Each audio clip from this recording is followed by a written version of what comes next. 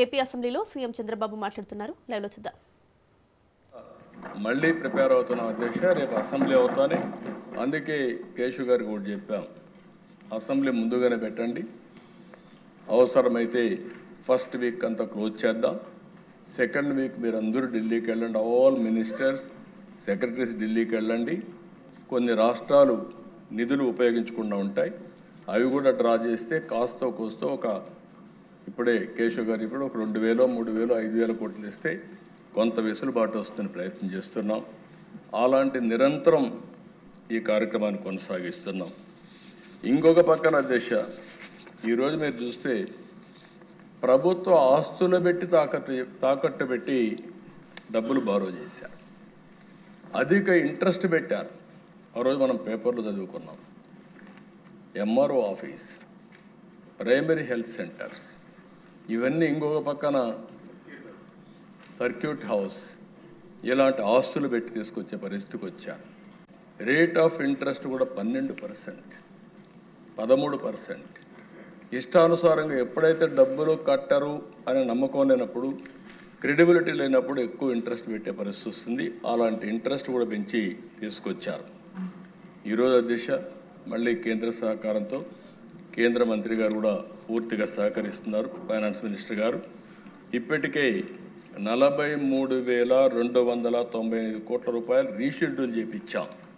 దీనివల్ల 327 కోట్లు సంవత్సరానికి బెనిఫిట్ వస్తుంది. ఇది కాకుండా 1,20,000 కోట్ల రూపాయలు రీషెడ్యూల్ కోసం ప్రయత్నం చేస్తున్నాం. ఇది కూడా వస్తే 1,658 కోట్లు సంవత్సరానికి ఆర్థికంగా వెసులుబాటు వస్తుంది. దీనివల్ల కనీసం ఒక స్కీమ్ ఇవ్వడానికి అవకాశం ఉందని ముందుకు పోయే పరిస్థితిలో ఉన్నాం అధ్యక్ష. అంటే ఏ విధంగా ఒక్కొక్క స్కీమ్కి ఏ విధంగా ముందుకు పోయే పరిస్థితికి వచ్చాం. పోలవరం అధ్యక్ష, ఈరోజు గర్వంగా చెప్పగలుగుతున్నా, ఆ రోజు ఈరోజు పోలవరం ప్రాజెక్టు సాధ్యమైందంటే అది ఎన్డీఏతోనే సాధ్యమైంది. ఆ రోజు మనందరూ అక్కడ గుర్తుపెట్టుకోవాల్సిన అవసరం ఉంది. హౌస్లో ఏవైతే తెలంగాణలో ఉన్న 7 మండలాలు ఇవ్వకుండా పోలవరం నేషనల్ ప్రాజెక్ట్ చేసుంటే అది సాధ్యమయ్యేది కాదు. మొట్టమొదటిసారిగా మోడీ గారు ప్రధానమంత్రి అవుతానే పార్లమెంటు సమావేశాల కంటే ముందే 7 మండలాలు ఆంధ్రప్రదేశ్కి ఇవ్వడానికి ఆర్డినెన్స్ పాస్ చేసి తర్వాత సమావేశం పెట్టారు. ఆ 7 మండలాలు వచ్చాయి కాబట్టి పోలవరం మనం ప్రారంభించుకునే పరిస్థితికి వచ్చాం. ఇంకొక పక్కన అధ్యక్ష, పోలవరంలో ఆ రోజు మనం చూస్తే ఒక వ్యక్తి స్వార్థంతో ఒక ప్రాజెక్టును కూడా ఏ విధంగా ధ్వంసం చేస్తారో మనం చూసాం.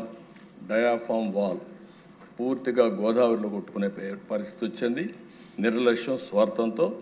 ఈరోజు ఈ హౌస్లోని హామీ ఇస్తున్నా, మళ్ళీ రాబోయే సంవత్సరం గోదావరి పుష్కరాల కంటే ముందే పోలవరాన్ని పూర్తి చేసి జాతికి అంకితం చేసే బాధ్యత ప్రభుత్వం తీసుకుంటామని చెప్పారు. అందులో కూడా క్వాలిటీ కాడ రాజీ లేదు, చాలా స్పష్టంగా ఉన్నాం. ఏదైతే ఇంటర్నేషనల్ ఎక్స్పర్ట్స్ ఉన్నారు, కేంద్ర ప్రభుత్వం సిడబ్ల్యూసి ఉంది, వాళ్ళ ఆధ్వర్యంలో ప్రతి ఒక్కటి కూడా పూర్తి చేసి ఈ ప్రాజెక్టును పూర్తి చేసే బాధ్యత తీసుకోవడమే కాకుండా జాతికి అంకితం చేస్తామని చెప్పి కూడా మీకు తెలియజేస్తున్నా.